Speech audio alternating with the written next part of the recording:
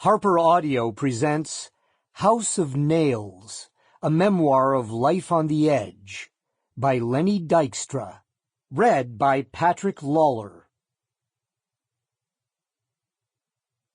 The professional sporting landscape has forever been littered with the carcasses of punctured heroes, yet no jock in modern lore has traveled a rise and fall path quite as jarring and oddly riveting as Lenny Dykstra.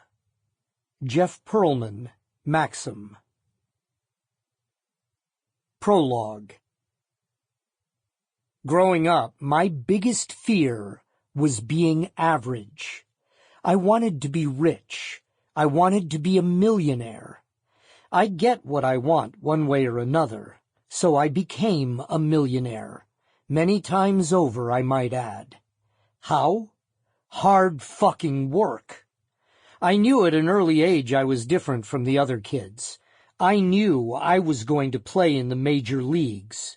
In fact, I never doubted it. As a kid, I loved playing baseball, but I loved winning more. I went to school for one reason, because I had to in order to play baseball. I lived and breathed baseball. In high school, I never went to a dance. I never went to a party. I never even had a beer. I had one friend growing up. Why? Because I needed somebody to play catch with. Period. I made a decision my first year of high school to dedicate my life to baseball because I knew this was my one-way ticket out of the middle. The simple truth is that I was born in the middle. I had middle-class parents. We lived in a middle-class neighborhood. I had a brother ahead of me and another behind me. I hated being in the middle. I still hate the middle. Losing was not an option for me then and still isn't today. When I made it to the big show, I loved pissing off the opposing team. Do you think it was a coincidence I was voted the most hated player in the league by opposing teams 5 years in a row? They hated me because I made their job hard. On the other hand, my teammates loved me. They wanted me in their foxhole.